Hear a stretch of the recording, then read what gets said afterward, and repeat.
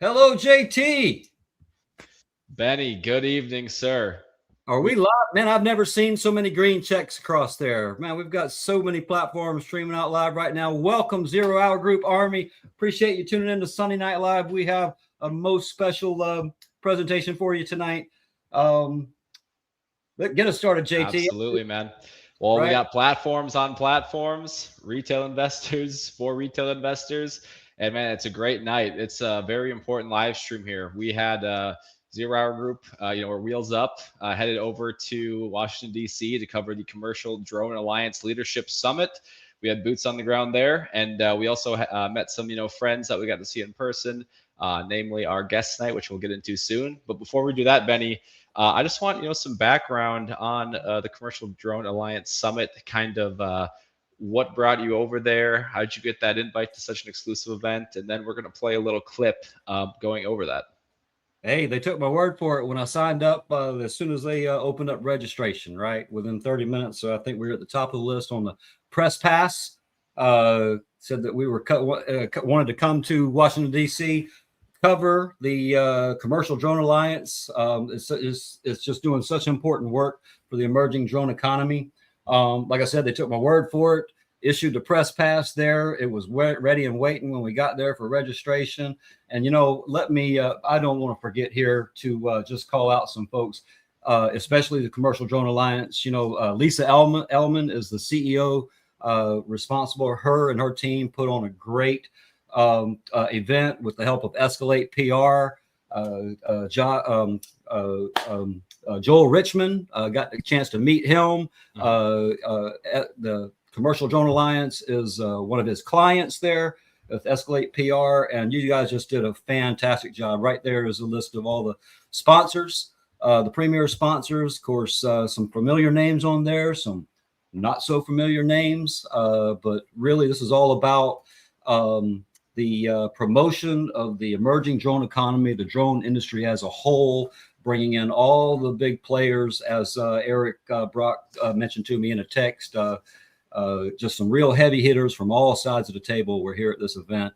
And, it was like more than twice the size, maybe more than that. It was standing room only. When you check out some of the pictures of these presentations, these panels, they literally had every seat filled and folks just lining the walls and sitting on the counters on the side. It was a very high demand event, and it came off without a hitch. Gretchen West, the COO of Commercial Drone Alliance, thank you so much for your help and getting some special guests that we're going to mention here in a moment that came up for an interview and gave us a whole bunch of her time.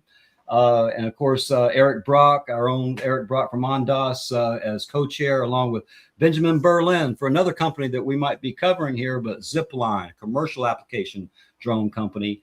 Those two co-chair the Commercial Drone Alliance. And I tell you, I was very impressed with the whole venue, the presentation, the people involved. So many companies, so many people, so little time, but we were lucky to get a few people in the recording studio right there, provided by the Commercial Drone Alliance, a media room. We sort of took that over. Really appreciate that facility. And we got so much more content coming. Yeah. So, I mean, there was quite a few names I think that everyone knows on that list of sponsors back there that was put up on screen. I'm just going to throw them up again. There they are. Yeah. You got DoorDash, Ondas, Zipline, Wing, Merlin, of course, which was on your press badge, and a lot of other ones that were at that event. And man, we talked to quite a few. I see Powerus on there too, which we're going to get into as one of our companies that we think we'll be covering very soon. And I think without further ado, for those that don't know what the Commercial Drone Alliance is, let's roll the clip of the CDA summary, and then we'll get into our next segment. Right on.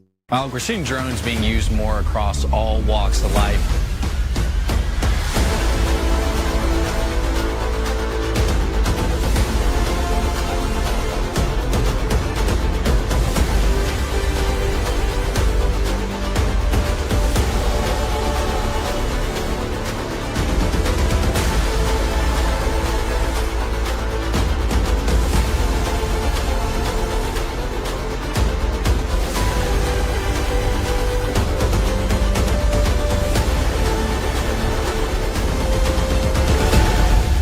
The airspace is evolving, and that is a good thing.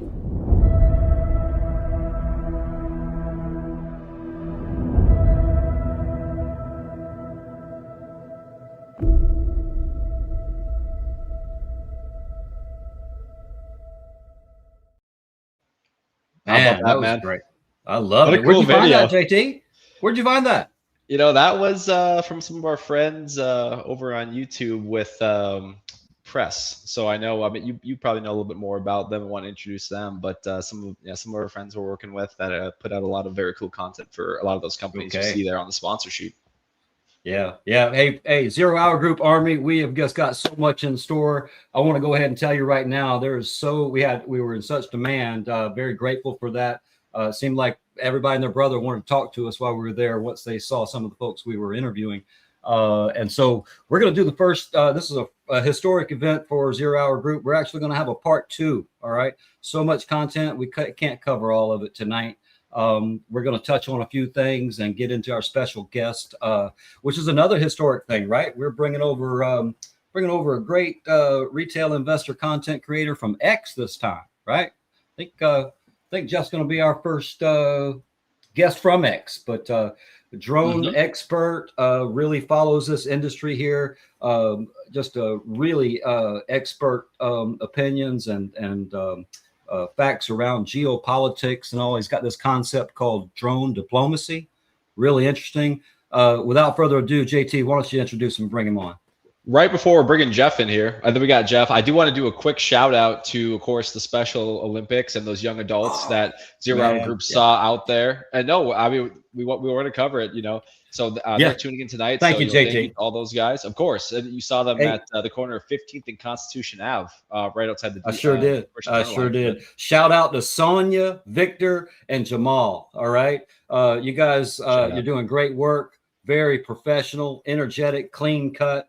Tell you, I'm looking forward to the future. I think the future's in good hands with a younger generation like that. You guys, they were good. I couldn't help JT but sign up for a $25 a month donation to the Special Olympics. So shout out to you guys. Appreciate y'all signing up at 0 Hour Group. And absolutely, I told you I'd shout out for you. All right.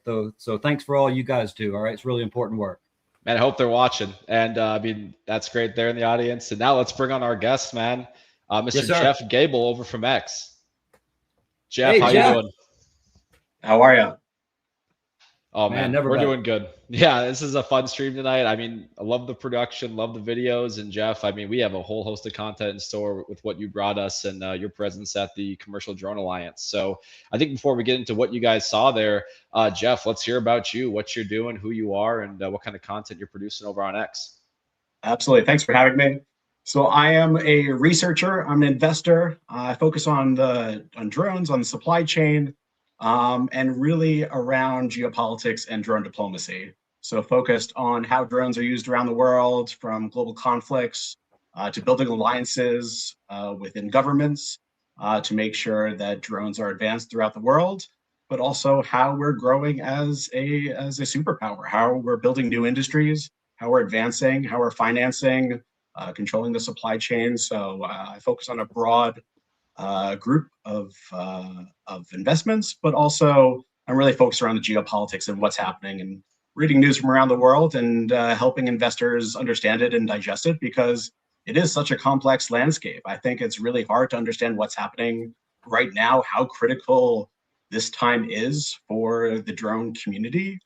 And I want to help people understand what's exactly happening, how legislation is pushing forward.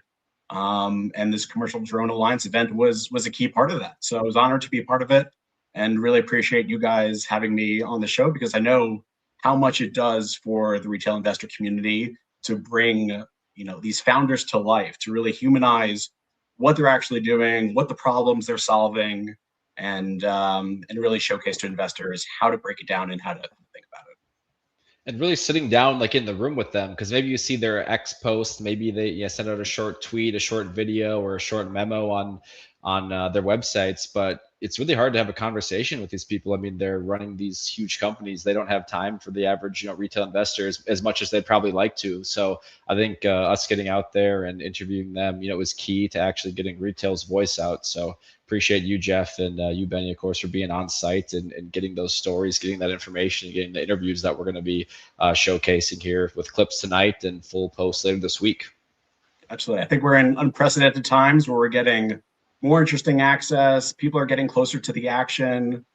You've seen some other industries on Finex, whether that's, finance and Robinhood or Palantir or, a bunch of different, investments and stocks. But I think it's really interesting in the drone space, and to get to know who the players are, I think is just super critical right now, because they could all seem like we're in one big drone bucket, but they're very different. And I think we're gonna break down why that is. It's all about that legislation, and that's what the Commercial Drone Alliance is about. They're about bringing these drone companies together, talking to the right people in government, and then making sure that the legislation actually passes to really upscale these things and kind of open the floodgates. So with that, I mean, with you guys being on site there, we'll start with you, Benny, and then move to you, Jeff. So when you got in the doors, kind of what happened? What did you see? How'd the event go? Man, anybody and everybody. You saw all the names on that poster right there, right? And I mean, I was like a kid in a candy shop, right? I just, I barely had a chance to watch any of the actual panels. We were so busy interviewing CEOs and geopolitical experts. Can't wait to introduce you to her. But on top of that, we've just got this other interest. But man, I guess if I had to pick a highlight, I guess it would. It might have to be that Powerus that I think we're going to be adding to our covered companies list of really interesting stuff they've got going on. I was a little circumspect, but I've been watching them pretty closely here now for the last 6 or 8 months and getting closer and closer. It meant everything in the world to be able to meet Ziv and Michael, 2 co-founders of that company. And get to know them a little bit better. And, that's what we're all about here at the 0 Hour Group, right? I mean, like you just pointed out, it's hard to have a conversation, in that written form back and forth without, 90% of communication is nonverbal. And you only get that when you're in front of someone, looking them in the eye and really getting a good feel for what they're telling you. And that kind of conversation is what the Commercial Drone Alliance was all about, just bringing together people from the finance industry, because the capital that's needed. Government obviously is needed in so many areas, from the legislation that needs to be passed for low altitude airspace management, the beyond visual line of sight stuff, to really open up the gates for all the commercial applications of this drone technology and the autonomy that can go along with it. Not to mention the military side and what we need in the way of national defense there, and the NDAA stuff, and the Office of Strategic Capital. Everyone's playing a part, just like Eric said. Heavy hitters from all sides of the table coming together, and it was obvious that a big change has happened in not only the sense of urgency for all parties involved, but the sense of cooperation, and it's really, I think, shaping up to be a real national effort. Absolutely. And Powerus is a publicly traded ticker now, right? So what is the ticker for them? PUSA is the ticker, right? And they actually just filed that S4. And so the merger with the Aurelius Greenway Holdings, that reverse merger, is going to be finalized here very soon. And I think you're going to see some big things coming out of that. And we're going to get into some of the stuff around them. And we got a couple of clips on the interview. We're able to interview one of their co-founders. Really, really interesting guy with some unique skill set that he brings to the table with his fellow co-founders there. So absolutely, that was a very interesting interview. Yeah, yep. And Jeff sat in on it too. He was there for the whole thing. He was. Yeah, I mean, huge energy, huge access. This is the room where it happens, and you just have to understand how critical, this event is to bring together all these different key components. It's like putting together a puzzle piece of everyone that, really brings a voice to this community to help support legislation. Part 108 is something that, has been worked on for so long, and it's hopefully just around the corner, but, a lot of acronyms, a lot of numbers, a lot of, to the naked eye, it's a little bit confusing, but to be around people in the drone community that get it, it's hugely exciting. So I was sitting next to, people in government, FAA, FCC, battery operators, people who were building drones for, DFR, drones as a first responder. So it's fascinating to see who was in the room, what kind of conversations they were having, and the focus on collaboration. I think we'll get to some of those key themes, but collaboration is a key theme, and I think the video showed it as well. It's on us. So that's the theme of, we need to work together to make this happen, because everyone's critical, everyone's a puzzle piece in this, and whether you're competing counter drone system or doing something similar, everyone needs each other to help support, to help push the industry forward, to help support the supply chain. And I think we're going to cover a lot of that today. So, hey, Jeff, name some names. Name some names. All right, who we're talking about? This FCC and the FAA, and I don't want to kiss and tell. I don't want to. Hey, it's a matter of public Brendan record. Carr in the room, having sitting a few feet from him, hearing him talk about what's happening in the FCC and the updates. It's exciting. Gorka as well. Even the leaders from Zipline and Wing, they're just so passionate, such great leaders in the space. Seeing Eric in person, and seeing he was the mayor of this town. It's like it's fascinating to to see how everyone's friendly with each other and collaborating, and really thinking about really rallying around the alliance and what's happening. So that's a good description. That's a good description, Mayor, like that. As a co-chair, his role. It was interesting too to watch. Normally I'm talking to him about Ondas specific things, when I'm in the room with him, but there it was all about the commercial drone, the industry as a whole, and what's good for the industry, is obviously good for Ondas and individual companies. But interesting way to put it there. I like that very much. And dual use. I mean, dual use is a key theme that people are utilizing drones in a lot of different ways, and they're finding new solutions every day. I feel like, the warfighters helping support the drone companies to figure out what's working, what's not working, how does this apply in reality, how the supply chain fits in. So people are learning on the fly, but people are also trying to expand their manufacturing. And we're going to get into that, how financing, works in, but people have to expand as dual use companies and figure out, what works in commercial and what works on the battlefield. I think that's going to be really cool.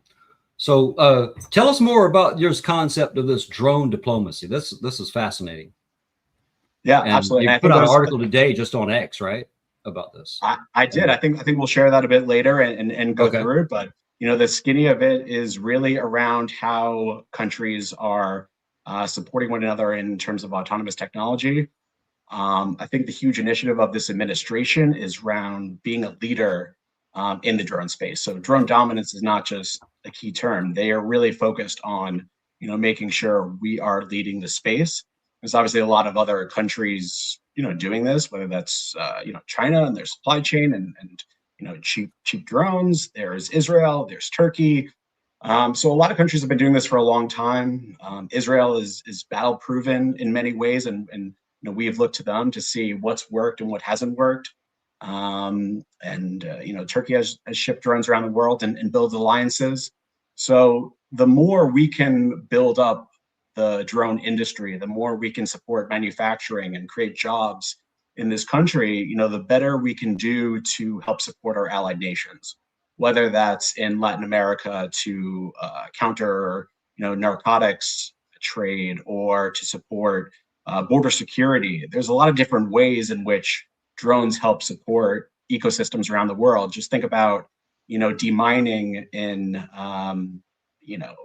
Ukraine or in Southeast Asia. There's so many amazing applications for drones, for counter drones to keep people safe, that allied countries support one another and they realize that they need help. So US wants to lead in this area, and I think they will. But now is the time, that critical component, to bring people together, to help them understand all those different elements and pool resources. So Right. you'll hear about a lot of different announcements that we'll talk about how we're better together to help support the supply chain, to help support, direct financing, all of these things to help them succeed. And Commercial Drone Alliance sits at the middle to bridge those connections. Yeah. Yeah. It's absolutely key because I mean, if you look on the commercial side of things, at least for the U.S. right now, at least up until recently, it's been absolutely dominated by a foreign entity in terms of just drones in general, where those drones are coming from company-wise, or where those companies are based. So we're going to see a total renaissance, I think, of American-related drone, end systems and components. So I know we'll get into that a little bit later with some of our clips from our geopolitical expert. But for the time being, I thought first I'd say, this is an interactive stream. So all questions you guys might have in the audience, please throw those in the chat on X, YouTube, or Substack, and we will try to get to those when it is relevant to the discussion. And of course, we'll have our questions segment after. With that out of the way, though, Jeff, I do want to ask about some of your specific things that you went into while you were there, because you were very busy with the panels and you got a lot of really good information for our viewers here. So I thought we'd start out with the financial panel with like the drone financing and kind of talk about what you saw and like key takeaways from that. Absolutely. I mean, tremendous lineup. You had Eric, you had A16Z, you had SBA, Small Business Association, you had OSC, which had some tremendous news this week. But I think the message overall was on that collaboration and, condensing a lot of where the industry is going. So consolidation of a lot of the companies are trying to figure out, how they can partner up with other companies to help scale their manufacturing. So for example, MP had a big announcement this week around magnets. To help support companies control the supply chain and make sure they also had, pricing power to secure what they need to secure and make sure that they have resources. But Eric, gave a really strong message around where the industry is going, and it was really focused around, collaboration is really key to success. So that was really exciting. And then OSC had a huge announcement this week, $820 million for PDW, which is an investment of Ondas. So really exciting there to help support them, to help support them grow and scale. And I think we'll see a lot of exciting, growth in that area as well to really help them, hypercharge their production. I know they have, great manufacturing, down south, or I forget where, but yeah, Huntsville, the factory Alabama is the weapon. Yep. Yeah, Huntsville, Alabama. Huntsville, right? Yeah, that's and, it. Isn't that space? Space. Oh yeah, Space City. Space Force. Space Force, right? Everyone's there.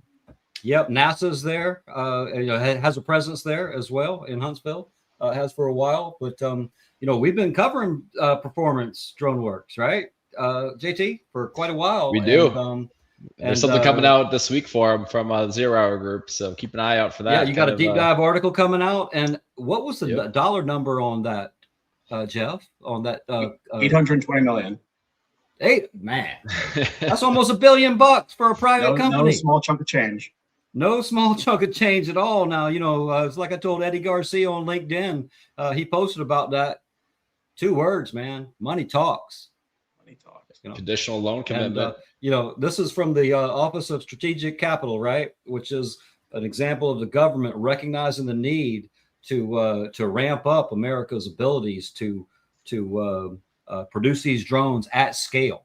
And so it's an important part of the puzzle is that financial backing aspect to be able to do that. And so anyway, congratulations to the folks over there at Performance Drone Works. We're coming. Ziv Group's coming to Huntsville soon. All right. So be forewarned. We'll be knocking on the door. We want to get inside and get a seat at the table to bring some more information to our followers, because I don't think with those kind of numbers they're staying private long. What do you think, JT?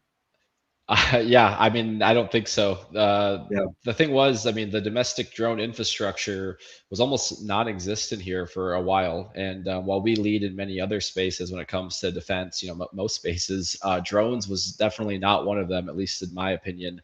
So it's something that we're kind of trying to play catch up on right now, and they are going to throw a lot of money into making sure that we are competitive and eventually the best, at least with the budget that we have when it comes to defense and also infrastructure too. I mean, we're going to get into the FCC, the covered list, NDAA, and China was, of course, the prominent exporter to us of drones and drone parts for commercial use, and that's no longer really going to be the case, at least in a large capacity. So that infrastructure that didn't exist needs to exist, and we're going to see companies like Unusual Machines, Performance Drone Works, ones like that pop up here and start really getting those assembly lines going and those components coming out. So yeah, it's going to be very exciting to watch as things go public. We'll definitely let the people know. And PDW is definitely a company to watch. Going off with that, though, I know we just had, of course, the World Cup. And with the World Cup, we have the FIFA organization. And, counter drones was a big aspect of that for defense and security of those locations. And, of course, I think the FBI had said there was, over 700 drones or something taken down. And they had a panel actually at the CDA event. So I thought, Jeff, you were there, I believe, for that platform or for that forum, and I thought we'd get your take on what you heard, what you liked, who was there, who was relevant to that discussion, and what you saw. Absolutely, that's another high energy session. You had Andrew Giuliani, who just loves to talk about the space there, the White House task force for FIFA, as well as Michelle Nordman. So, a lot to celebrate, a lot that went right with FIFA World Cup. Obviously, knock on wood, no incidents, a lot of drones captured. And really the focus was on interagency collaboration. How do you bring together all these agencies to see one operational picture, one source of truth? Who are the good drones? Who are the media and police and everything else? And who are the drones that shouldn't be there? And it's all about layered counter-UAS, really making sure that Centrix is working alongside Axon, is working alongside, a bunch of different systems, whether that's, core RF, jamming capabilities, or, kinetic strike, or, because you have, tens of thousands, if not hundreds of thousands of people, at this event. You can't have drones dropping from the sky. You can't blast them off. You need to really make sure you have a great operational picture, that you're working hand in hand with other agencies, and that you're doing it safe. And there was a lot to celebrate, but also now is not the time to take our foot off the gas. We need to keep moving forward. We need to keep refining the approach. We have LA 28 coming up in a few years, so that came up just in terms of funding and resources, and making sure that there's training involved for the right people, whether that's police or FBI. It's not enough to just be able to fund the counter-drone systems, but you also need to make sure that you have the right people, the right training in place, the right dedicated folks who are doing this surveillance. So there's a lot that goes involved that goes beyond just selling a system to a police force or the FBI and saying, have at it, good luck, and call us if you need anything. So I think that was just really fascinating. A lot of high energy. Michelle Nordman is incredibly impressive, and I think she'll do a lot more advisement to other major events. They also referenced the UFC event at the White House, and the work that happened there to keep it, an outdoor event safe. But look for other major public events that will have defined, layered counter-UAS. So very exciting. Absolutely. And I know we had a couple of the sponsors on there for the COS capabilities that were used at FIFA. We had Defend, which I believe is one of the primes there, and then also Centrix, which is a subsidiary of Ondas. Were there any other key COAS companies or vendors that you saw at the event that maybe added something or had a similar element? Yeah, and Defend will be Motorola, I think, in a month Soon. or so. Yeah. So they're very close there, which is very interesting. Of why does Motorola defend, and there's probably a lot to unpack there. But very, very interesting. In fact, the CEO actually, I'm sorry to interrupt, but the CEO actually sort of deferred and asked if he could come on the show or be interviewed by us a little bit later once that deal was finalized and he was able to talk about it in more detail. So, folks, stay tuned for that. That'll be coming up at some point in the future once that deal goes through. Sorry to interrupt there, Jeff. Yeah, I mean, other defense. I mean, Skydio was there. You know, with collaboration with Axon, showcasing their you know, drone in a box. You know, it's primarily a DFR tool, but it's also, you know, it's a mobile. You know, it's easily able to transport. Defend was there, and they were talking about, you know, Department of Homeland Security, you know, solutions to on the border, being able to put that in the back of trucks and on the go. So a lot of interesting themes about being able to set up and go on the fly, to be mobile, to be stationary, to be, you know, going off of moving vehicles. Like, there's just a lot of things that are really interesting in the counter drone space and themes that come up. But, you know, back to layered solutions. There's no one silver bullet, which I think is very important as an investor to understand that, you know, this is not a winner take all solution, that there are many different, you know, layers in this operational picture. So I think you have to understand where things fit in, and how, you know, even similar, you know, capabilities are layered in the same way, because you just don't want, you know, something, God forbid, to happen. Absolutely. I mean, it's definitely key. Just before we get on to the last session that you attended, Jeff, I thought we'd do a quick move on a couple of audience questions that we've been getting. We're not forgetting about you guys. There's just a lot to talk about and not much time to do it. So I thought we'd take this one here from chat first. The one who bought said, what battery manufacturers are commonly used in electric drone systems? I know I only follow Amprius Technologies, which is a small cap that does make some very, very nice lithium drone batteries. Jeff, do you have any other companies that you follow for drone batteries specifically? I did meet another drone battery company. They're a sulfur-based company, and they primarily talk about being lighter than everyone else, because when you think about the battlefield, when you think about infantry units who are packed to the gills on their ruck, you need to be able to lighten the load. You can't have people running around and you know, with heavy drone battery packs and things like that, because, you know, soldiers are tethered by battery and, you know, it's a supply chain sourcing. So you need to make sure to lighten the load. I forget the name offhand. I think Zeta. I forget, but I've heard of Zeta. Yeah, the ticker is Zeta Technologies. Yeah, one of my people that I follow my work has talked about Zeta, and they look very interesting.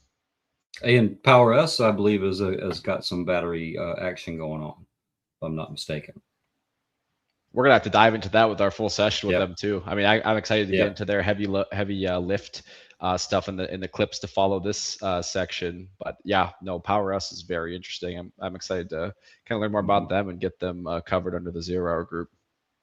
So Jeff, I think this from what, correct me if I'm wrong, and but this idea of drone diplomacy is the way you see it is a real way for America to capitalize by attaining dominance over, you know, in this field, right?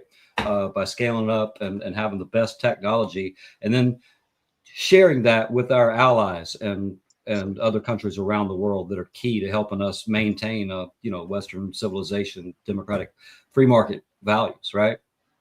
Yeah, I think the huge theme there is sovereignty. So we have AI sovereignty, which actually goes hand in hand with drone dominance, and you'll see that play out as well.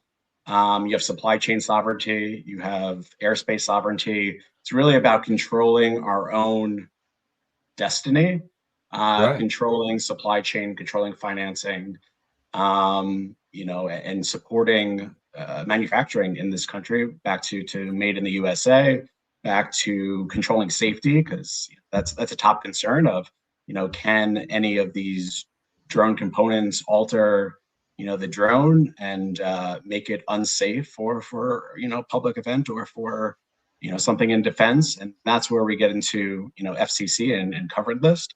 But really just making sure we can build a strong industry around this, to lead it, to build allies in our sphere, to make sure that we have friends in all the right places around the world, to be able to trade. You look at other countries that are working together with us, that are partnered with us, because they want the best systems.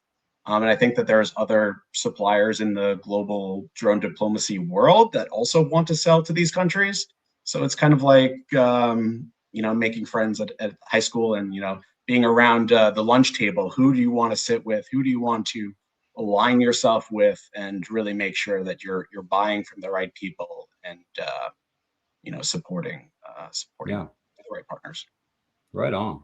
I think it's a love fascinating concept you've come up with, and the way you describe it and explain it in these articles is it's unique. It's well worth checking out, guys. At Jeff Gabel on X. All right. We'll be getting into that later too. I mean, Jeff's article is fantastic. It was enough information that we were actually able to create a whole slide deck out of it. So that's good. That's going to be coming up on the latter half here, and it's going to be very exciting. All right, sorry, jumped the gun there, JT. No, you got to. Yeah. No, I mean, Jeff's coming on here, and he's got so much great information for us. So anytime that we can plug his X, let's do it. Jeff deserves it. That's what it's about. This is great. And we got one more question from the audience we'll take right now that I got here before we hop into the last piece of Jeff's trip, and then we'll move into some actual clips from our interviews.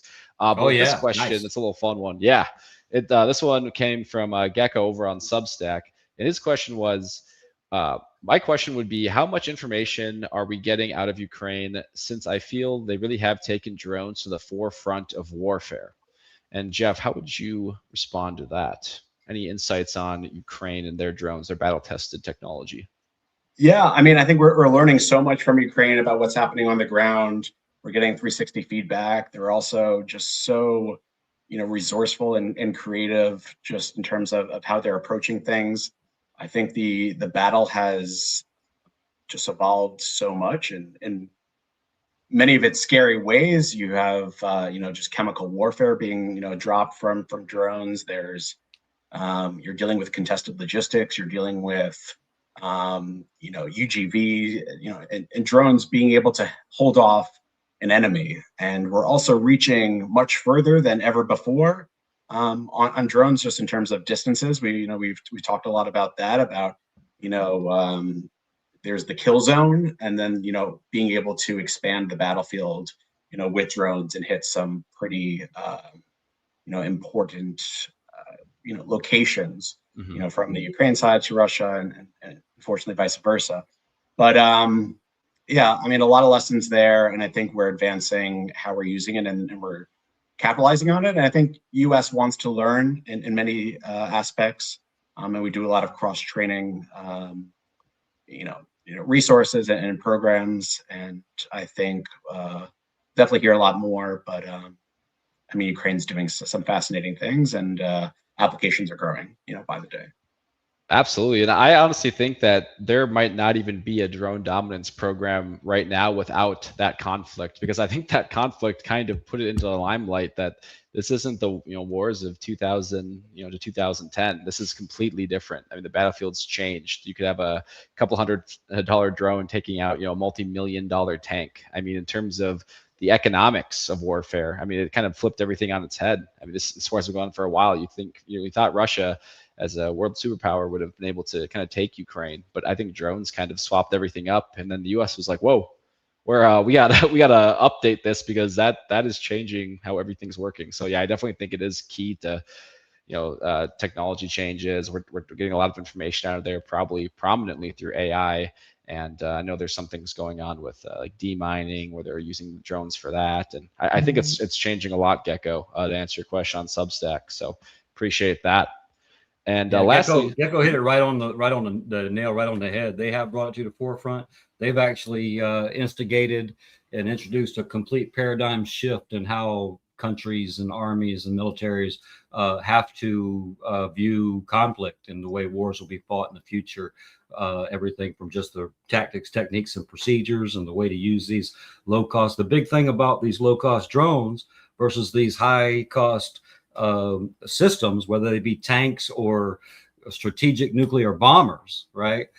It's an attributable nature of warfare, right? This asymmetric cost differential.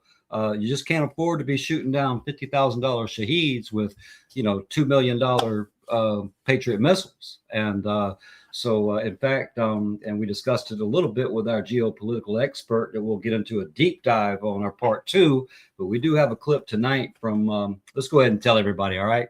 Kate Burrows-Jones, geopolitical strategist. She's an advisor to Ondas Capital. She's also the White House bureau chief for world media. She was super. But, we talked a little bit about in our interview with her how just one squad of Ukrainian FPV drone operators in a NATO exercise here about 6 months ago destroyed an entire NATO battalion, and that if that doesn't wake them up, nothing will, right? Much less what they've been able to accomplish, literally sweeping the Black Sea of Russian naval forces. They're running to the other side of the, get as far away from Ukraine as they can because they sunk their classic battleship early on in the war. And they're about to take back Crimea. They're reaching far past Moscow, hitting them where it hurts, and the oil production facilities, the ability for Russia to fund that war machine. I tell you, what Ukraine has done is no less than inspiring. I mean, it's really remarkable, and it'll be written about for centuries, in my view. Absolutely. Thank you, Benny, for that answer. That was, we got the added context. No, that was fantastic. Yeah. No, absolutely. Well, thank you, Gecko, for the question. You brought it out of me. All right, Gecko, I appreciate you tuning in, and thanks for the question. That was a great. I mean, he got a great response from everyone. You could make 4 to 5 clips of that content. So appreciate everyone answering there and audience for the questions. I mean, that's what's keeping these streams going, keeping the lights on, is you guys watching. So appreciate all of you. Lastly, moving into Jeff's last thing that he saw in terms of live panels. I thought we'd go into the FCC session where they kind of did the covered list and how that's important, maybe explaining what the covered list is and how it impacts domestic drone companies, Jeff. Yeah, I mean, Brendan Carr, getting to see him up close, getting to understand where his head's at. It really revolves around 2 things that are critical and super relevant just in terms of the news that have come out in the past maybe 2 weeks. One is on spectrum, which is, just space, and just in terms of the connection that we have between drones and satellites. And they're doing, a spectrum auction, and it's going to raise hundreds of millions of dollars. So it's a huge revenue generator. It's critically important to the autonomous battlefield, or to, you think about commercial drones. You have drones in mine sites or drones in rural farmland. So agriculture as well is going to be critical.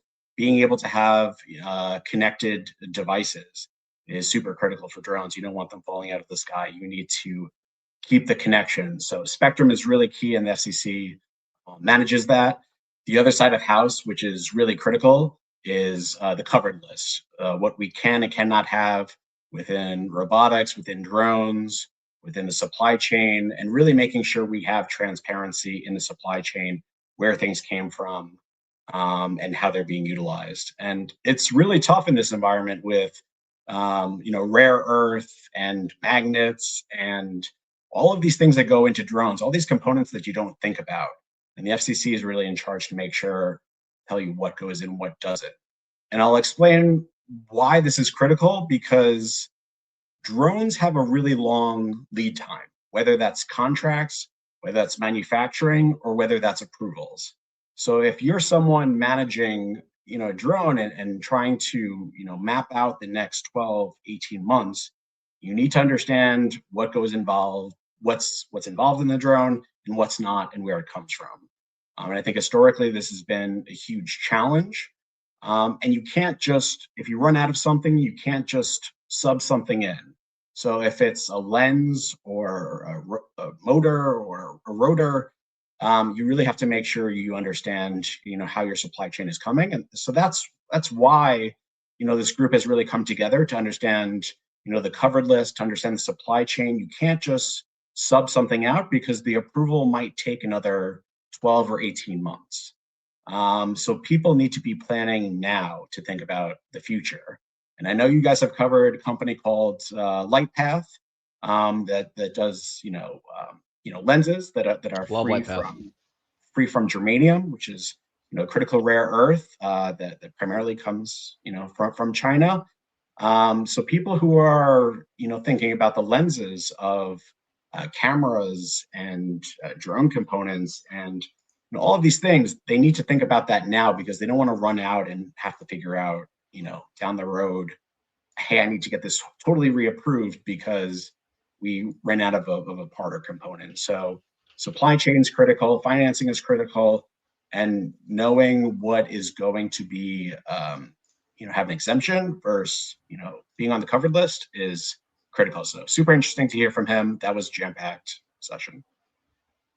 Awesome. Yeah, I mean, the FCC covered list is going to change everything, at least when it comes to domestic production of end systems and components. So I don't think enough people are looking into that or understanding that and realizing how big of a change it was, especially with DJI being added to that. Obviously they're a company that was producing the majority of parts for American drones that were sold here. So yeah, it's going to change everything. Man, wow, we've been going for 46 minutes already, so we better hit up the next session here, which is going to be Move us along, JT. Yeah, it's going to be a few clips actually from one of our interviews, which was with Powerus, ticker PUSA, an emerging leader in the drone sector here that is going to be making quite a few moves, we believe, in the future. And we had a great time sitting down with them.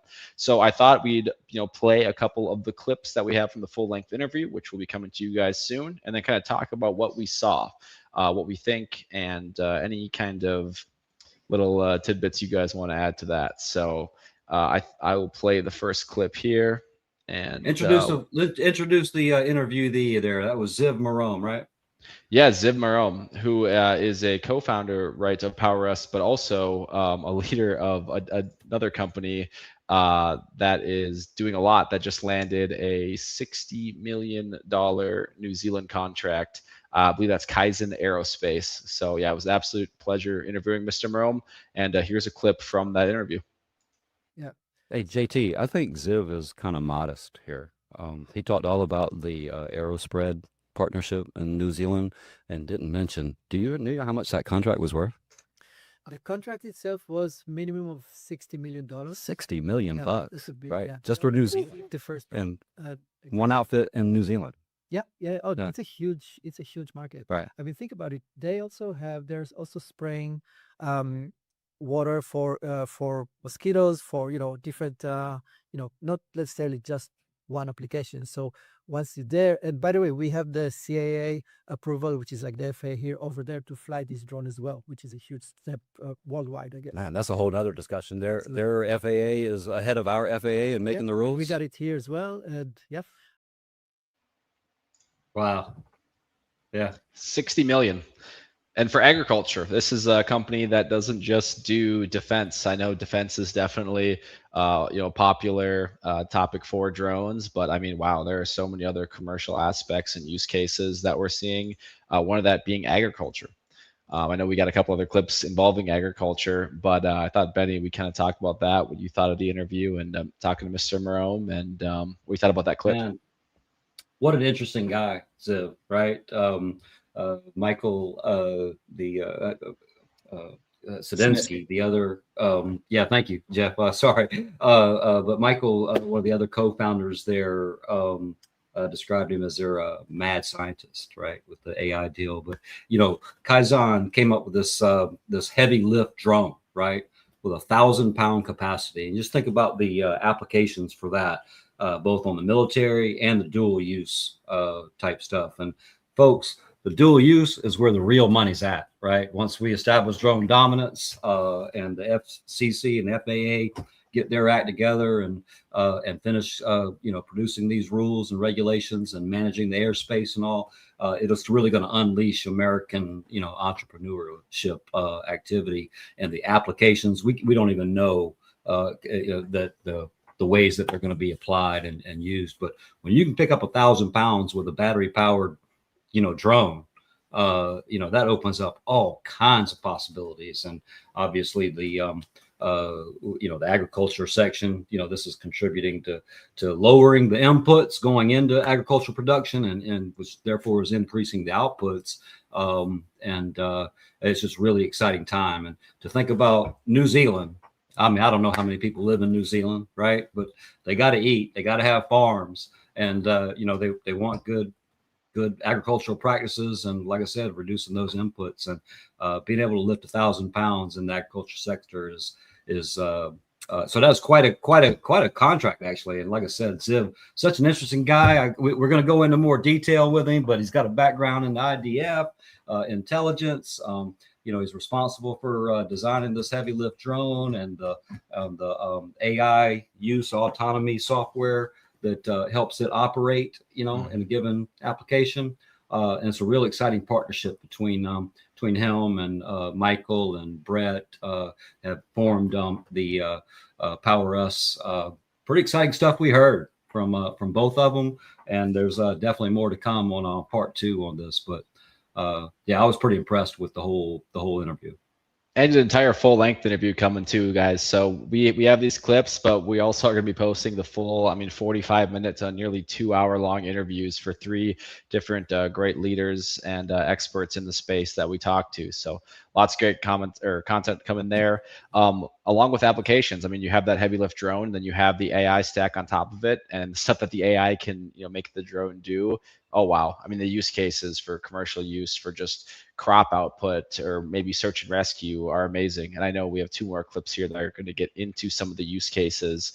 We'll go into the clip right now of the heavy lift, and then ask you, Jeff, about some of those uses. So we're going to roll this clip, and then we got one more after that, and we'll move into our next section after. So we're rolling this clip. Here Excellent. Nice work, JT. Kaizen Aerospace, we focused on building drones that a little bit larger, a little bit stronger for longer flight durations and heavier payload. Our largest drone, for example, can lift up to 1,000 pounds in actual payload. Mm-hmm. And with the technology that we develop, hybrid technology, we can actually fly for 6 to even 7 hours, sometime, which is a huge advantage versus off the shelf or standard kind of like technology for other drones. So depends on the mission, depends on the location. If it's deliver of cargo or deliver of medical equipment, we basically can change and modify the drone on the fly to basically do that mission. Yeah, it seems to me 1,000 pounds, that makes medevacs very doable. Yeah, absolutely. And the cool thing about it that we were focused on the design itself instead of bringing a big, large helicopter. The actual drone can fold and can be deployed out of a standard SUV car. Mm-hmm. So you can really get to third world areas or to last buy locations deploy within minutes. If you're one person, on a cliff somewhere, you can get there and within minutes get him a strap and basically rescue him. Or cargo delivery, for example, just deliver medical equipment or in the future even a medic. Right. Resupply front lines in a military situation, or maybe 2x4s, construction materials. We were talking earlier about lifting air conditioners onto the roof and avoiding the whole crane thing.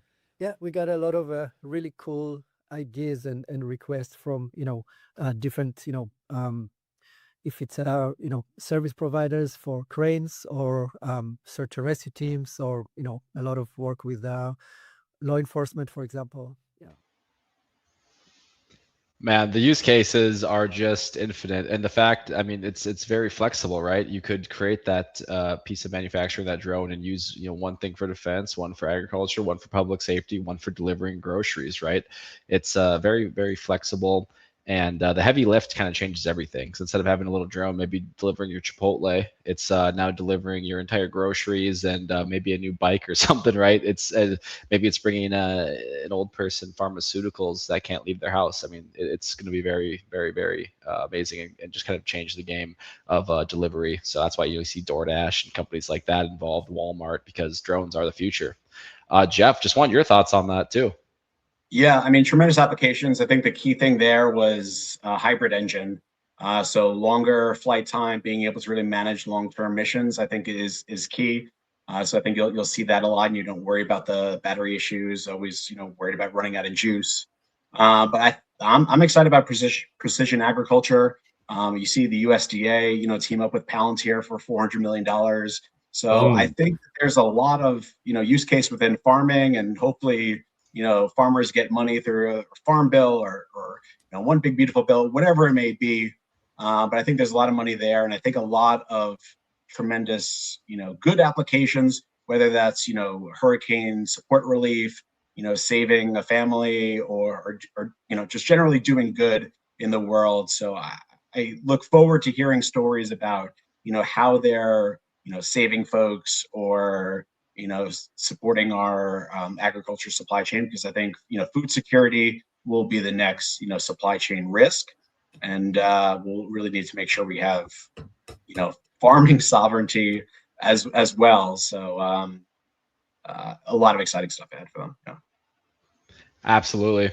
And I appreciate the input there. We got one last clip from that interview with Ziv, and I wanted to say it was just cool to see how excited he was about just talking about his own work, what he's been doing. I like that mad scientist analogy because you can tell he's very passionate about the work that he's doing, systems he's creating, and those are the kind of companies you want to get behind, right? I mean, if they're passionate about their work, then they're never working a day in their life. And I know a couple of our other interviews, we did have some really cool stuff with one of our CEOs building a plane from scratch. A couple other little hints there that we'll touch on. But man, these people are extremely passionate, extremely driven, and that's what you want to see for company leadership. Last clip here was a little analogy for me with John Deere, because it was kind of cool to see me being in the Midwest, some of the applications for these drones. So we're going to roll that clip and then move on to our next section with PDW and MP Materials. Advantage of the drone is very important because it's super accurate and you can really go spray like at that location and come back. Yeah, it seems not only is it safer, right, for humans, and also not putting the pesticide or fertilizer or whatever you're spraying in the wrong place, but in the case of like disease on the field, if some sensors are noticing that, you don't have to blanket the whole field with herbicide or pesticide, Exactly. right? You just put it where it's needed. Yeah. Just like the fertilizer, maybe. Really. So we actually did John Deere used our drones for this type of exercise. We basically had like remote areas with just like a tower with drones inside the tower, and you send one drone to kind of like survey the area. You see the dryness, disease, whatever, and then it knows the exact coordinates. So it sends a larger drone with the actual spray to spray that location. And sometimes, the farmers actually wants to see what's going on before outside their field, before the disease even getting to their field. So they're just sending a drone, checking if there's grasshoppers or whatever, and then they can send and really accurate spray that specific area. So it's even prevent the disease to come to their field. So It's like ISR for the farmer. Yeah, it's exactly that. Yes. ISR for the farmer. I love that. Yeah, man. Hey, you got to see it to kill it, whether it's the enemy or the wrong kind of grasshoppers in the field, So, man, how cool is those use cases though? You have one drone going out to scan, another one coming in with the materials to actually fix that issue. And that's going to revolutionize, farming and just the speed of tasks. And I mean, it's going to be a massive market, I think. I've seen from, that $60 million contract coming in, and they're already working with John Deere, right? One of the premier farming companies, at least in the United States. So yeah, I would say, watch out for Powerus, and that's ticker PUSA, as I do think they're, an emerging leader in the drone sector. A lot of people I don't think have heard about them now, but I think they will. And that's exactly the kind of company we cover, retail for retail. We try to get there early and let you guys know. And we met some, truly inspirational folks from Powerus when we were out there. So definitely more content from them to come. Right before we move into Jeff's article and the PowerPoint associated with that, I thought we'd touch on the news on PDW as well as MP Materials, just looking at those press releases and then moving on to our last section there before questions. So I'm going to get the PDW news up on stream, as that was obviously crazy news to come out, with it being over $800 million. And we know a public company that's actually taken a stake in PDW. Benny, I don't know if you want to talk about who that is briefly. Hey, Ondas, Eric Brock, just another example of his foresight. Everything he's been talking about for a long, long time now is really starting to gel and come together in terms of, how the industry is maturing, how it needs to mature, all the different stakeholders that are, being brought to the table that are necessary for drone dominance to become a reality. And like you just pointed out, man, these dual use uses of the drone technology are just going to dwarf the military side. But I don't think it was any coincidence whatsoever. All right, don't have any inside information. I don't know anybody over there at the Office of Strategic Capital, but they didn't just figure out this deal last week with PDW. This has been in the works, folks. All right, and they saved this news announcement to happen on the day, in my opinion, of the Commercial Drone Alliance Summit. When some real big wigs from the government were there, so indicative of how serious now they're taking it. Robert Borka was there, special advisor to the president on these things. Brendan Carr. Just a number of others as well. So, folks, it was no coincidence that this news just happened to come out on Friday at the Commercial Drone Alliance Summit. And all the attention it had gotten from inside the federal government. So they have arrived, all right. They're sort of like been in business for 10 or 15 years, and now they're an overnight success, right? So can't wait for next year on that. Tell us some more about this here. Yeah, Jeff, any comments you have or key takeaways of why this is so important for the drone space? Yeah, I mean, as I mentioned, the factory is the weapon. So they have huge manufacturing capabilities. You always see them on, Army, promo videos. You'll notice their drone, and you can see the resemblance. So, they're easy to spot out. But I think they've been going through a lot of testing for a number of months. They're highly trusted, by different units in the military. And well worth it. That they want to be able to predict and finance the next, however long it takes to spend $820 million.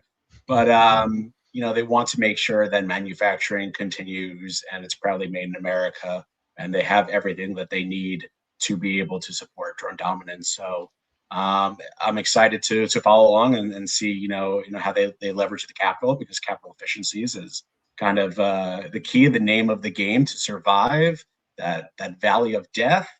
You want to be in it for the long run, and you want to be able to deliver when the military calls, and provide the drones and the resources. So definitely exciting announcement. And the room was buzzing from that as well, after hearing OSC's commitment in the session earlier. That's been a big talking point, right, with the drone dominance program and Gauntlet. Is there's been some companies that have won certain legs, but then you look at, okay, have they delivered any drones yet? And they haven't. So on top of having a really good drone, you also need to make sure you can meet the demand for that production capacity, make it cheap. There's so many different legs of things you actually need to provide, and it's not just about who has the best one-off drone. You really need to be able to back it up and make sure there's the production in place, and it makes sense on the expense side of things. So a lot to think about, and PW is going to be one to watch, because that looks like the Department of War's big bet on drone capabilities and production. And low cost is in the name as well. You see, Lucas, and it's all about low cost drones and being, whether it's attritable, whether they can lose it or not, whether they can, bang it up, whether it's a one-way drone, whether it's a reusable drone. We need to be more efficient with our capital on the battlefield, as mentioned in this type of warfare. because other nations are building out cheaper and cheaper drones, and we need to make sure that we have the best drones out there, while maintaining capital efficiencies. It's definitely a huge problem, and we'll have to see what the solution is. But I think they're taking steps to figuring that out. And yeah, I mean it's kind of crazy when you look at like the Chinese drones, they can just make so many and for so cheap, and they're by no means poor products either. So it's definitely something the U.S. at least is going to have to figure out, and we'll see that potentially led by Performance Drone Works. So. One, we're going to have to watch, Benny, to see if they go public. But, of course, we'll be covering them. And new 0 Hour Group article 4, Performance Drone Works, is dropping this Tuesday. Leading us on then, let's quickly touch on MP Materials, another company that was invested in by the government, and then finish up with Jeff's slide deck, and then we'll take questions. So I'll get MP Materials up with Project Swarm. So Jeff, I know you know a little bit about this. Can you let us know kind of what Project Swarm is and what the point of it is? Yeah, first off, it's just a little bit about MP Mountain Pass. James Latinsky, he was a former, IB guy, similar to Eric that took over this, Mountain Pass that was a failing mine. But really the focus here is around magnets. Key component of drones, making sure that we can buy and finance at scale and make sure that we have, the right amount and the right resources to support, these efforts for total drone, dominance. So really that's what this is about, just, financing and making sure we can support a sovereign supply chain, because, rare earth is so, it's a challenge right now. I think people have some concerns, but we want to make sure we can produce what we need to produce. Absolutely. And I think that's going to kind of lead us into our final clip of the day, where it was actually taken from a different interview that we did with Kate Jones, who Benny introduced as a geopolitical expert. And oh my gosh, she was absolutely amazing. I actually learned a couple things in that interview about geopolitics when it relates to drones, and I can't wait till that full segment gets posted. So we have about a 3-minute clip, actually. JT.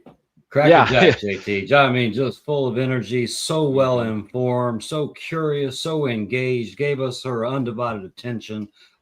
Shout out to Kate. Really appreciate your time and expertise. And, I don't know if this is in the clip. We're going to go into a deeper dive, but Kate is now officially has accepted her honorary member status as an honorary member of 0 Hour Group. Yep. And we're going to have a regular piece with Kate. All right. Going forward, we're going to call it Kate's Take. Okay. So look forward to that, folks. All right. She's going to fill us in as a geopolitical expert that advises Ondas Capital. She's, also well versed in the media. She advises or she's the White House bureau chief. We were going to interview her on Thursday, the day before the actual event, but she couldn't make it. They kept her at the White House all day, right across the street. And anyway, just very appreciative, Kate, for coming on. Roll that clip, JT. Yeah, no, she's absolutely amazing and very relevant and very busy because of that. So we're going to roll this clip, which is going to directly relate in here with, it's going to be about DJI and, how that power vacuum kind of got created due to them being added to the cover list, which adds into what Jeff was saying earlier. And here's that clip.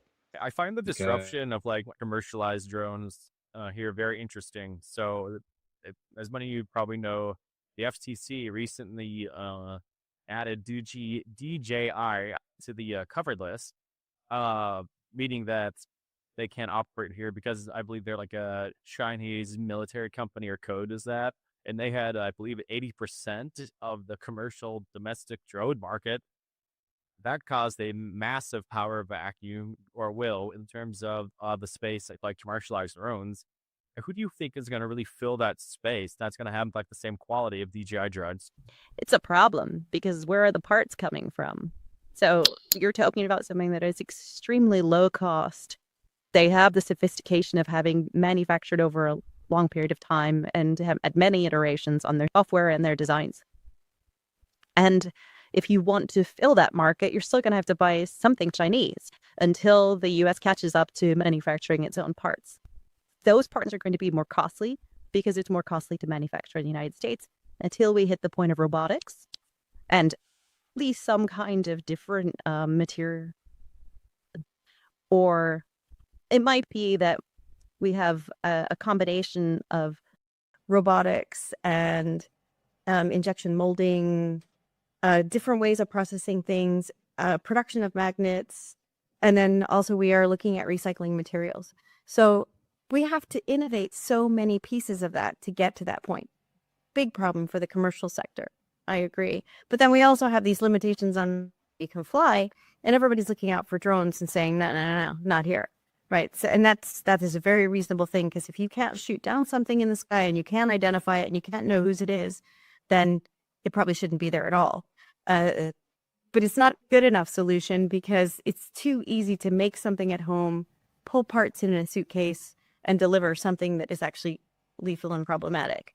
And so there's a massive problem as well, in that the kids aren't going to be able to fly those little drones, which means we're now losing the opportunity to have an education of people that are actually proficient, aside from in a video game, but actually proficient in taking something off, flying it. That 16-year-old kid is your future fighter. So that does cause a problem, but I do understand as well the security implications and not wanting to feed into the Chinese markets. And if you make something absent that people really, really want, they're going to figure out how to make it. So I think that might be one of the design pressures that we're under, is create an absence in the market, force the market to meet that. And what a clip that was, nearly 3 minutes long. I mean, it was a long-winded question by me, but I know we had, an expert in the building. So I was like, if I have a very intense question, I'm going to get an intense answer. So it's just cool to see all the things Kate's, thinking about with, oh, we might not have a solution right now, and that's a big problem. And, who are we going to teach to actually fly these? Video games aren't quite sufficient. So it brings up a lot of good questions, and it's a lot of questions that I don't think we have the answer to yet. So there was this massive vacuum made, and I think it's going to be a lot of speculation, right, of how it gets filled. And that's some of our jobs as these financial analysts, to figure out, okay, how is this actually going to play out? And then at the end of the day, what company should we invest in, right? I mean, that's why we're here. We're a financial news outlet. So yeah, it's interesting stuff. Kate was absolutely great, and I can't wait to bring her on for more of Kate's takes. And of course, that full interview is dropping soon. Jeff, what was your favorite part of that entire interview with Kate? I mean, it's talking geopolitics with her. She lights up when she talks about different regions and what's happening in both Ukraine or here, and she is a drone diplomat. She understands how it affects global relations with our allies.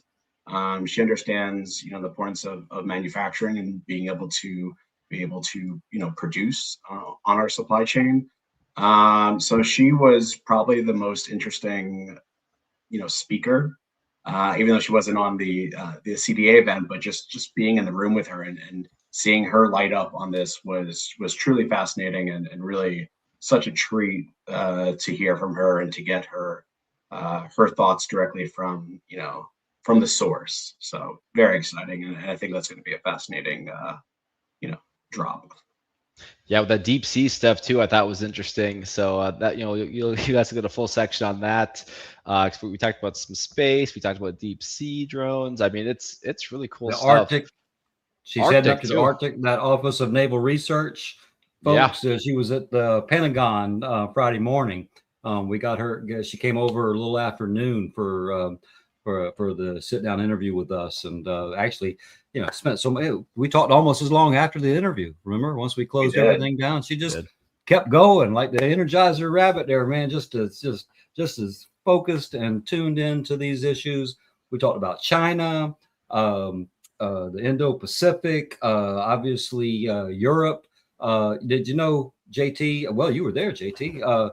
And we're going to go into a deep dive here on part 2 with her interview. And of course, the whole thing is going to get put out as a whole nother content release coming up this week. Yeah. But she was actually in Ukraine in 2022 when the full-scale invasion started, right? I mean, brave too, on top of all of the brains and connections and the way she thinks about things. So that was a real treat, a real honor, very informative and educational. Can't wait to talk to her again and more times going forward. We're gonna bring a lot of great information from her advisor standpoint and her expertise in geopolitics to our audience. That's important in making investment decisions and picking companies as much as anything else. I think when you talk to founders and they talk about their experience in Ukraine, because many of them have been to areas of the front line or have really been boots on the ground, you really understand their passion and the human centric side of things. And you're talking to Michael about his experience with Ukraine and a personal connection as well. It's personal for me. So there's just a lot of elements that really humanize the brand founders. The story of there's a lot of things happening in the market, but at the same time, we need to be focused on protecting our allies and protecting the skies and really making sure we can help this industry grow to be safer and to just overall support. So we can't forget the message of this is why we do these things, and this is why we're so passionate about the industry. So I think it's just important to have that perspective and to really stay grounded with what the mission is. Right on. Yeah, absolutely. Well and I mean, that's the whole reason we started this, right? Is to get these people, these experts, these leaders in the room. And I mean, each event we go to, I feel like we meet someone new. I mean, this time we met 3 or 4 great people that we got to sit down for an interview with. I got a ton of content, and next event we're just going to keep adding. So I love this network we're building, and man, I'm excited for future events that we're invited to and get to show up to, and maybe we'll have our own event, at some point, a 0 Hour group meet and greet for all the communities you bring on here. That'd be amazing. Wow, we're at an hour and 15. So I want to get into, the meat of the session with Jeff. So obviously Jeff is coming on here, helping us out. He's a great resource in the community for, everything drone. And Jeff, I'm going to get our slide deck up here for drone diplomacy. If you just want to kind of start out, what that means, what's behind that, then we'll get into the slides. Yeah, I mean, I'm happy to roll through it. Like I said, the key message from this event is around collaboration, consolidation, really working together to make sure that we're moving forward as an industry. So, I call it a blueprint to American drone diplomacy, because at the end of the day, our trade partners, our allies are going to rely on what we're doing today to make sure that the drone community advances. We have the right parts and systems in place to scale and support one another. So let's dig into it. So like I said, the reason everyone was in the room was to status check where we are from 18 months ago. And I think we're celebrating, it's come such a long way and there's a lot to be proud of, but that work isn't done. And the CDA really brings everyone together, policy regulators, legal, startup founders, and bridges and connects everything together. So, as Kobe says, the job's not finished. There's nothing to celebrate yet. We're still in game 3, or we're still in such early innings with the drone industry. It's hard to really fathom as an investor of if everything was a pregame and this is inning 1, top of the first. This is where we're going, and there's legislation coming to the rescue. There's Part 108 coming. There's 146. There's all of these finance and resources coming. So that's what the CDA really wants to push forward. Absolutely. And everyone, I was going to say, Jeff's article is going in chat. I put it in the Substack chat, put it in the YouTube Next chat. So we are doing, an overview, but please go show Jeff some love and go over and check out his actual official X article he put all that time into making, guys. Restack it, like it, favorite it, tell them 0 Hour sent you. And without further ado, Jeff, let's get into it. Absolutely, appreciate it. And that just goes back to distilled thesis around drone dominance, around American sovereignty. The more we support our infrastructure at home, the technology stack, and that includes the AI stack as well. So we can't, we also have to include that in the mix as well, because that's key to having technological dominance. But we can control airspace. We can make sure we can build infrastructure for the sky, because the sky could be the Wild West, and we want to make sure that we have safety, especially for companies like Zipline and Wing that are doing these deliveries and future at DoorDash. We need to be able to control the sky. And I know you guys have a great podcast, with a founder who's doing airspace infrastructure. So that's going to be really interesting, and I'm excited for that to drop as well. So really, when you distill the core thesis, it's around 4 different elements. So we talked about sovereign supply chain. We talked about capital scaling coming to the rescue, about OSC. We talked about regulatory velocity, that things are speeding up, that the administration is listening to drone companies, to leaders in the space, and saying, let's adapt, let's work together, let's move forward. So that involves Part 108. And then, having total airspace sovereignty, making sure it's safe, making sure we roll out the right counter-UAS measures, managing traffic to make sure we're not bumping into each other. There's a lot that goes in, and the FAA is really going to evolve with this process as well to make sure that we're not getting disorganized, that we're not creating an unsafe environment. It's a busier airspace than ever. You have eVTOLs entering to the space. You have helicopters, planes, you name it. So it's a busy airspace, and FAA wants to really, utilize data and technology to make sure we have control of everything. It's amazing just seeing all those moving together. I mean, yeah, it really is. It did take all 4, right? I mean, you couldn't have just 3 of those. You need everything on there to actually get this moving. And yeah, amazing to see it actually moving now. And I mean, we had like nothing for such a long time, and now I feel like in the last year and a half, I mean, we're in a completely different landscape, right? For drones and counter drones, where it's like, wow, where are we going to be in a year or 2 from now with all the regulation, sweeping changes happening at Capitol, and then the sovereign supply chain being built with manufacturing here domestically. Yeah. There you go. Moving forward, go ahead. No, I'm just saying, there we are on sovereign supply chains. Key aspect of this. Moving forward, yeah, sovereign supply chains, making sure we can produce and manufacture at home, starting with magnets, talking about MP. So important component is DOW invested in MP, last year, $400 million, they took a stake in it as well. A lot of these programs are to raise money for, the government as well, and make long-term investments. So just as, selling spectrum is key to that and a moneymaker. They also want to make sure that we can do this at scale and support the right businesses. And James is just a tremendous leader in the space for MP, and such a fascinating company. But everything needs a magnet, so just think about that, for the long term. And then the other element of capital scaling is, OSC, having that exciting announcement, seeing the buzz in the room. Backing up talk and saying that OSC and SBA are ready to, put their money where their mouth is and push things forward. $820 million is such a huge chunk of change, but we'll continually need money, and we'll need support from regulators, from Congress people to pass budgets, because we're not fully there yet. And a lot of the questions in the industry are, when is the money coming? Will it be there? Will there be training? Will there be resources? There's a lot of ifs and whats, and that's a hard way to run a business. And a lot of companies, unfortunately, sometimes fail.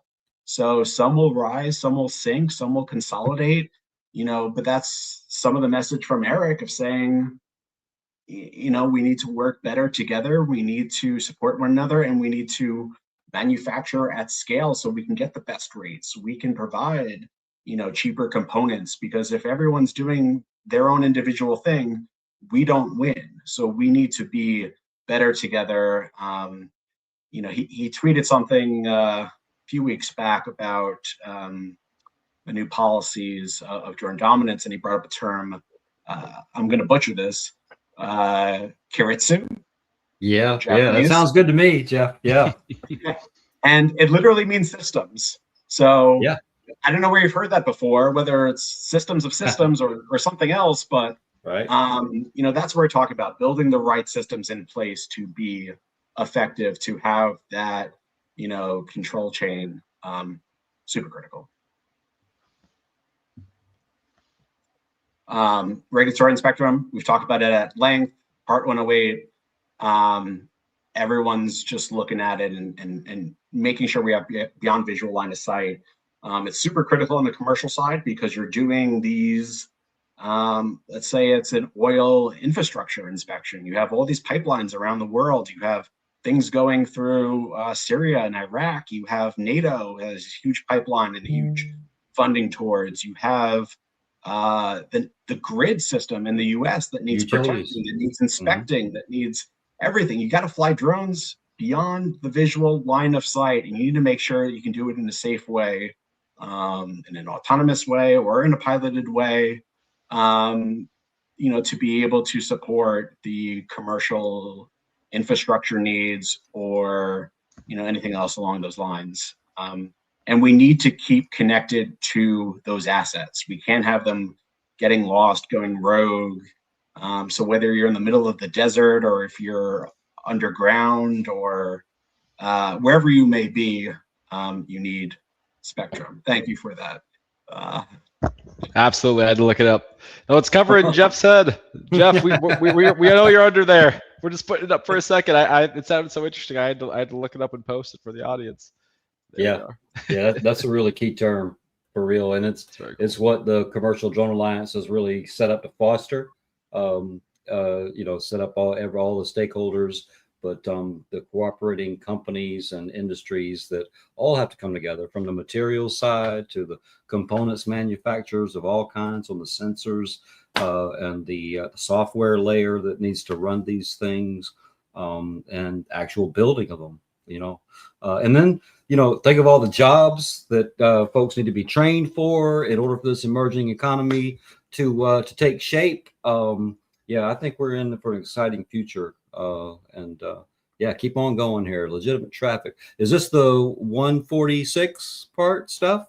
Yeah, I mean, you have the Safer Skies Act, Right. really making sure that skies are safe, that, everyone can work in harmony.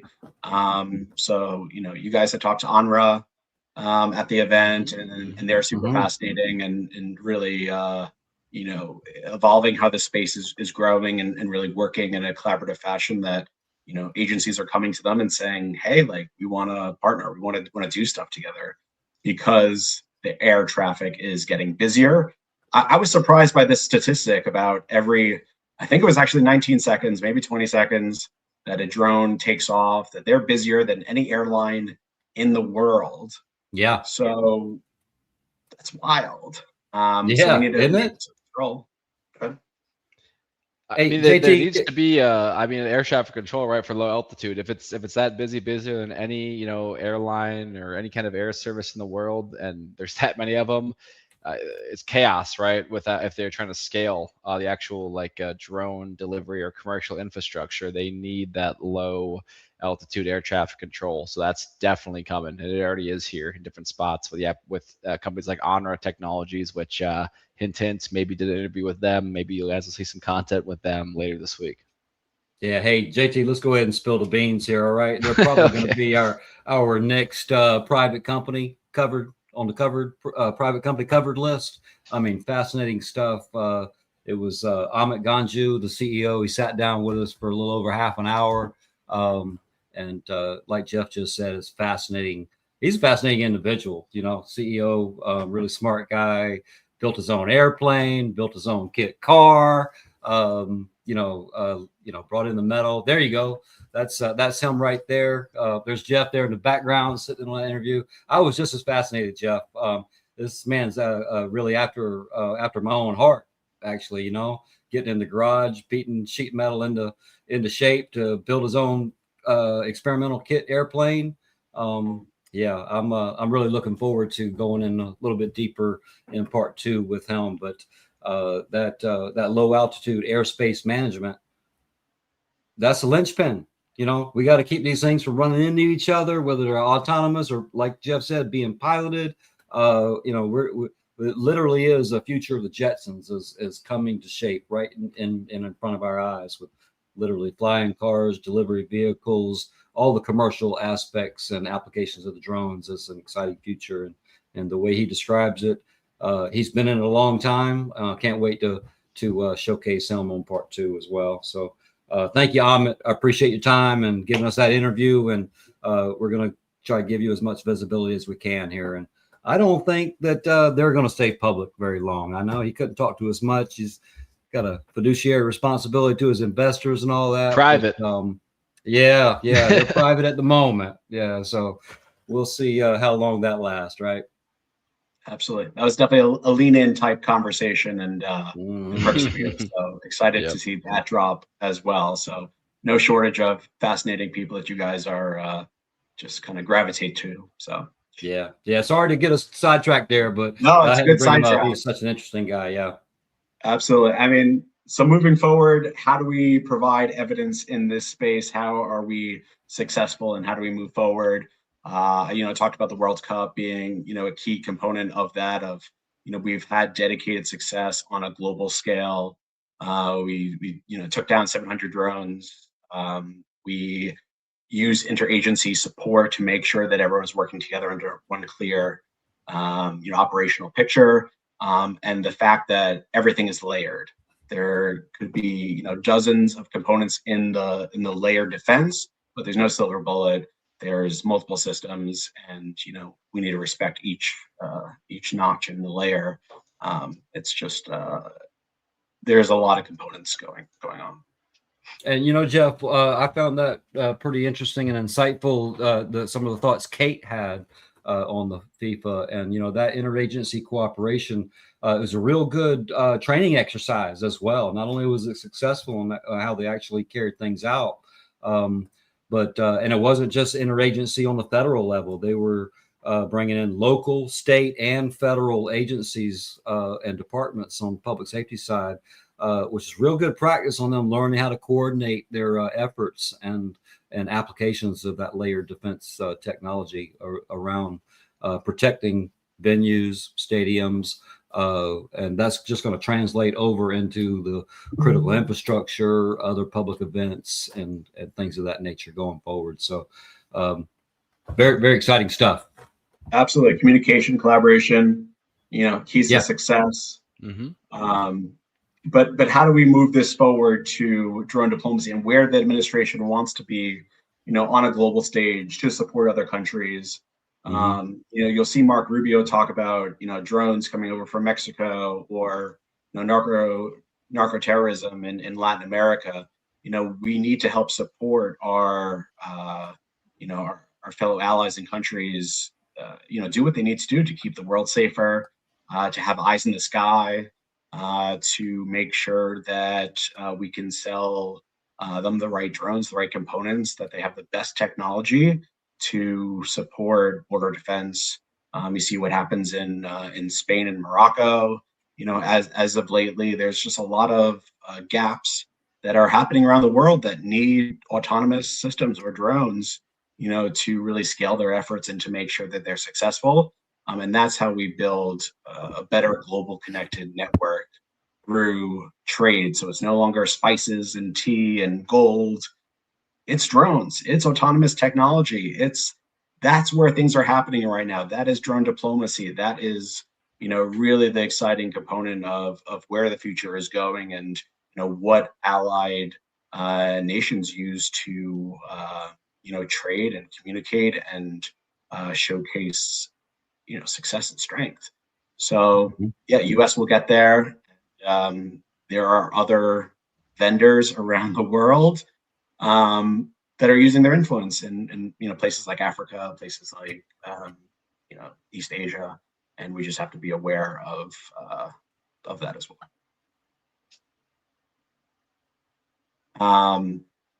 So the bottom line, this has been a long time, coming. We need to move together to, row in the same direction in order to have drone dominance. It takes collaboration. It takes, 360 feedback. What's working, what's not working. Having the Commercial Drone Alliance be the glue to that, of supporting legislatures and lawyers. I've talked to a bunch of different people in FAA and FCC, and seeing this event as a key cornerstone to putting the puzzle pieces together. So just really exciting to be in the room, really exciting the moment that we're in terms of autonomous technology, drones, the commercial space, and yet the defense space. There's no defense needs to be fully operational before commercial takes off. Like, we're going in tandem, we're flying together, we're figuring things out, we're securing the supply chain, and we're financing in a way that's, conducive for everyone. So it's an exciting time, and I think, as an investor into your audience, it's an important topic to dig into and to figure out what makes sense. What are you passionate about? Who are the leaders that you trust in the space? Where are the contracts coming from?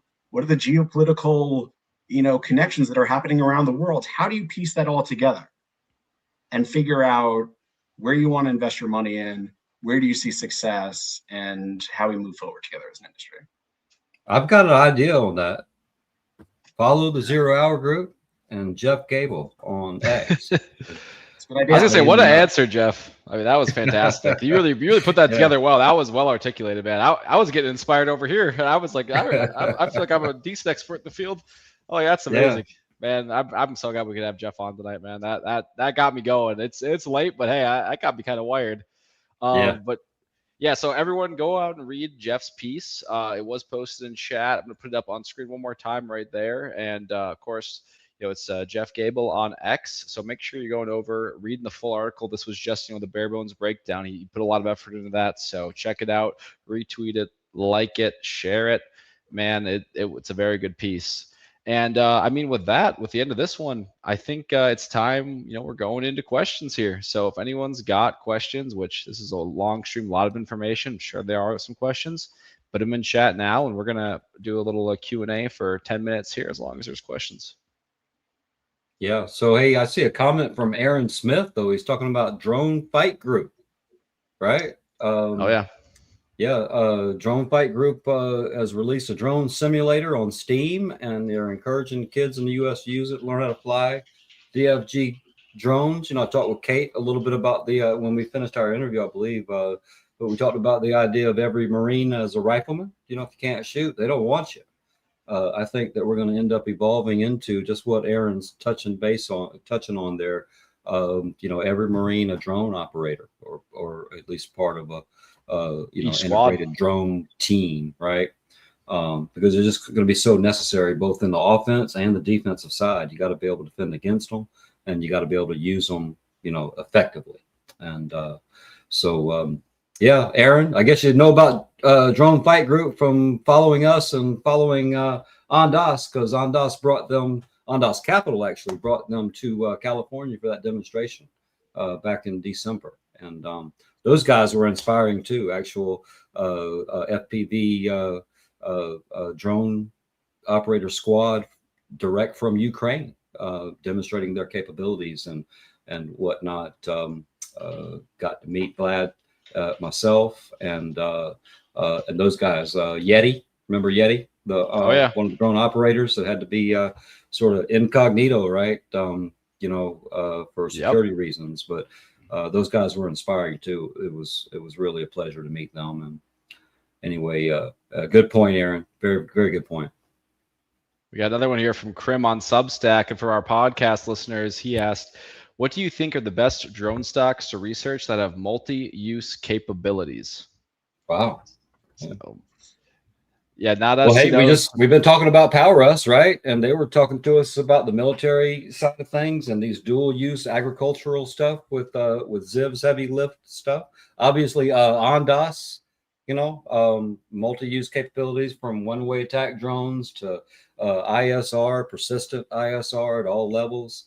And not financial advice. These are just our opinions and not financial advice. We are not financial advisors. Yeah, we're just guys on the internet, folks. All right, but I think we got some good insight. We got some good information from people. That's our mission, is to bring it to you and give retail investing a seat at the table where the big boys, normally have been comfortable having the only seats at the table. And I want to hear Jeff's takes. I mean, me and Benny, we're broken records, right, with what we like. But I want to hear Jeff. What you think for these publicly traded companies? Yeah, I'll give you another take name that's a little untraditional, but dual use, really interesting, and also supported by the FCC, just in terms of similar to the DJI ban. So thinking about LiDAR, I don't know if you know where I'm going with this. Oh yeah, I think so. Ouster. So Oh yeah.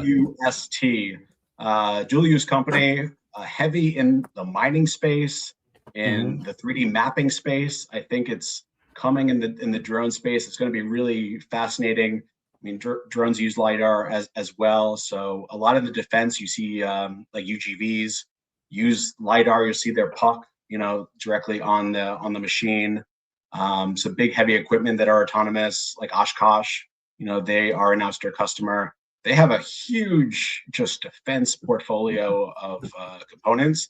And the reason that the FCC comes in is because Chinese LiDAR, which has been the giant in the room, similar to DJI, has been banned. So Ouster kind of maintains a similar, moat when it comes to American made LiDAR.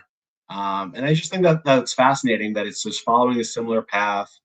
I love anything that's dual use. I love anything that has, tremendous applications, and the battlefield is autonomous. And that's when we'll need that spectrum. We'll need, to keep the battlefields connected and autonomous, and, look for this little Ouster puck that you'll see on trucks, you'll see on UGVs, you'll see on anything, and heavy commercial side as well. So I think mining will be massive for them. I love that answer, because it's something that we don't always hear when we're just doing the 0 Hour Group live stream. And yeah, man, Oust has had an absolutely exceptional year. I think we're up like 66% or something year to date. I know it ran a lot harder, then pulled back a bit with the general macro environment, but yeah, absolute fantastic pick. And I see Krim over on Substack said, "Yo, I love Ouster." So I guess he's in line with Jeff and his takes too. So that's awesome. We got time for maybe one more question. Otherwise, we're not going to go over an hour and 30 minutes. We're sitting at an hour 40. There's always good stuff to talk about. So we'll do one more question, and then we're going to call it here, and we'll be back for part 2 on Tuesday. Let's see. We're waiting for one to come in. I mean, in the meantime, man, we talked about a lot tonight. This has been a very great, live stream. Lots of information on the CDA. I will say, 0 Hour Group on Tuesday mornings. We do a 0 Hour today where we talk about major news events, especially if it's on tickers we cover. And then you guys can expect the full-length interviews, 3 that we did there, coming out probably later this week, with a bunch of clips coming from those as well on our socials. So definitely look out on X, YouTube, Instagram, FinTwit, Reddit. I mean, we're expanding all over, and probably on Jeff's channel too, of course, man. Jeff's been posting some absolutely awesome stuff on X, so make sure you're following Jeff Gabel on X as well.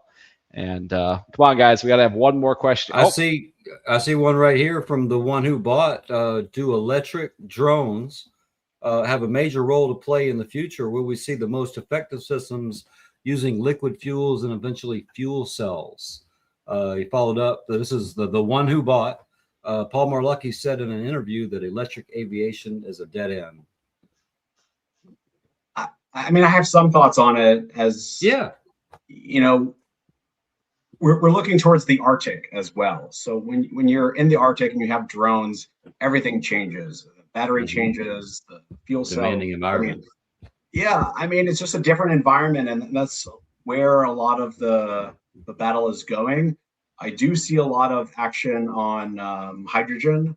I don't know a ton about it, but I know there's a company out of Israel called Heaven that has such a fascinating name, that has done a lot of work in the space for long flying missions, and that's because of hydrogen. So I know the Army has an interesting history of using hydrogen fueled components. But I think as we get into different frontiers, we're going to see different, use cases, different drone systems. Yeah, I mean, it's going to be an ever expanding field, so we don't really know what's going to be relevant, what's not. I mean, there's always new use case, and there's always going to be a counter to it. So maybe both are a major player. It's kind of hard to say, but everything's changing every day, right? I mean, think of drones legislation that we've talked about today on the live stream. I mean, where were we the last 10 years? It was nowhere. You fast forward, last year and a half ago to now, everything's changed. So it can flip like that, so yeah, great answer, Jeff. And with that, folks, I think we're going to call part 1 here. We got part 2 coming on Tuesday with a lot of in-depth detail from those interviews, fresh clips, and man, we're going to have a time. So very excited for that. Jeff, thank you again for coming on here tonight. And if you just want to shout out your socials, where everyone can find you, and then anything that you think they should watch out coming from you, Jeff, would be great.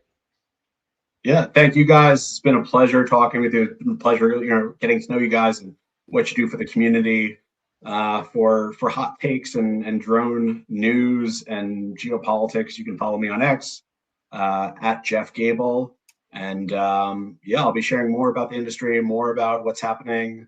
I'm focused on Turkey and West Africa and the drone trade and what's happening in the Med, especially with drones in the Mediterranean around Syria and Turkey. It's a fascinating world right now. There's a lot to keep up with. Don't try to chew it all at once. Take your time, understand it component by component, and find what you're genuinely interested in about, and find a community like this group or others that you can talk to about and really learn from each other. So yeah, right Awesome. on, Jeff. That's exactly what 0 Hour Group's about, showcasing investors and content creators like yourself. There's just such a wide and deep talent pool in the retail investor community at all different levels, all different stages, all walks of life. We exist. Sunday Night Live is all about bringing content creators like you some visibility into the forefront, helping us build a community of communities. We can trust each other, folks. Not sure we can trust everything that the Goldman Sachs of the world are telling us. Jamie Dimons and then those guys. They have their own agendas and their own motivations, but we know where our loyalties lie, and that's helping each other and building a future for ourselves and our loved ones in these fantastic capital markets only available in free market Western economies. So thanks for coming on, Jeff. This was a real treat.